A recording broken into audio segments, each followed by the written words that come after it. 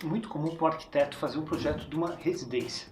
Parece uma coisa simples, mas muitas vezes, a hora que você se depara com um engenheiro, projetos técnicos, projetos executivos, o cliente que muitas vezes muda o desejo, quer dizer, esse projeto muitas vezes ele acaba sendo uma tarefa árdua, difícil e tem alguns problemas. Então eu fiz um mini tutorial com algumas dicas que eu acho importante para você para fazer o seu próximo projeto.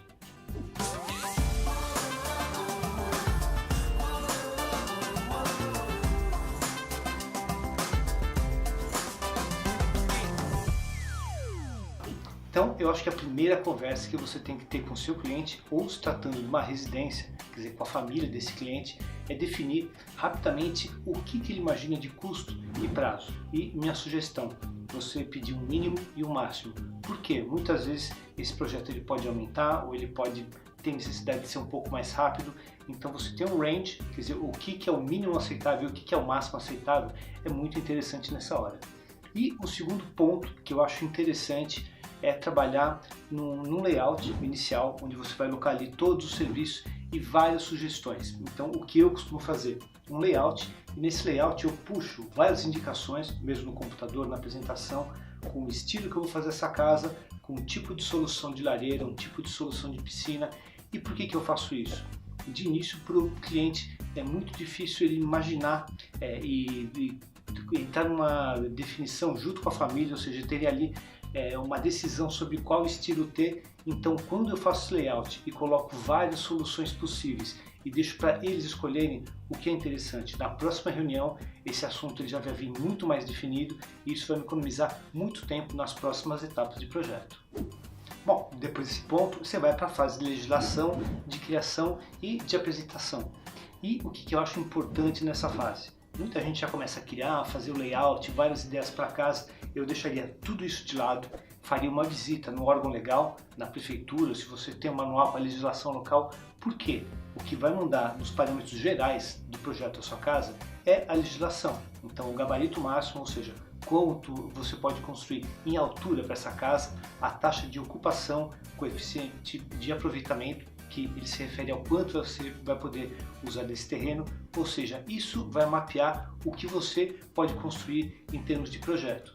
Aí você vai para a criação, com um estudo preliminar, e que vai ser o primeiro estudo que você vai colocar, quer dizer, que é o que a gente conversou, com várias dicas, ideias, e para apresentar isso para o cliente eu investiria no melhor 3D possível, porque muitas vezes uma planta, uma vista, uma referência, ele é exatamente isso, uma referência, mas ele não consegue ser uma imagem real, e quanto mais você conseguir fazer que o seu cliente entenda o que você está vendo e que ele não está vendo, você vai ter um sim ou um não, mas de qualquer forma é melhor, mesmo que seja um não, que isso aconteça no começo do projeto do que quando esse projeto já estiver adiantado, com muito desenho, muitas horas de trabalho, e você vai ter que retroceder porque ele não entendeu qual era a sua proposta. Bom, e no final do processo você vai para o seu projeto executivo, que basicamente o que é um projeto executivo? É o projeto que o cliente ele vai ter que aprovar, porque é uma entrega final, mas ele tem pouca relação com esse projeto. O executivo ele é feito com o intuito de ir para a obra, quer dizer, um engenheiro que vai construir essa residência, ele vai ter esse projeto em mãos e ele vai construir com esse material. Então, uma dica que eu dou em todas as fases, e principalmente antes de você entrar no executivo, pedir uma aprovação formal de cada fase. Por quê? Você vai começar com uma reunião de briefing, você vai passar por um estudo preliminar, por um anteprojeto, e nessas fases você tem um desenvolvimento, você tem projetos técnicos. Na hora que você chega no executivo, quer dizer, pressupõe-se que tudo que foi definido foi acordado, foi batido o martelo, e você vai fazer um projeto final. Caso mude, por exemplo, a posição de um quarto ou alguma coisa que fazia parte do estudo preliminar, quer dizer, você vai ter que jogar fora todo esse trabalho e voltar lá para o início. Então a minha sugestão é a cada fase você só avançar para a próxima fase com uma aprovação formal, de forma que a hora que você chega no final, que é o projeto executivo, você tem todo o projeto aprovado, e caso tenha alguma modificação, é muito mais fácil você negociar, quer dizer, um extra, tanto de prazo ou algum valor que vocês concordem que é justo, porque isso foi mapeado.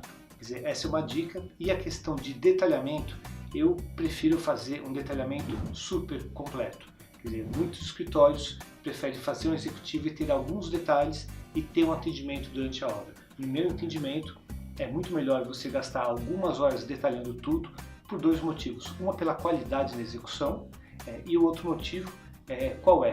Você vai deixar essa obra andar, ter um desenvolvimento sem depender da sua frequente presença para resolver alguns pontos que muitas vezes não foram pensados ou não foram desenhados.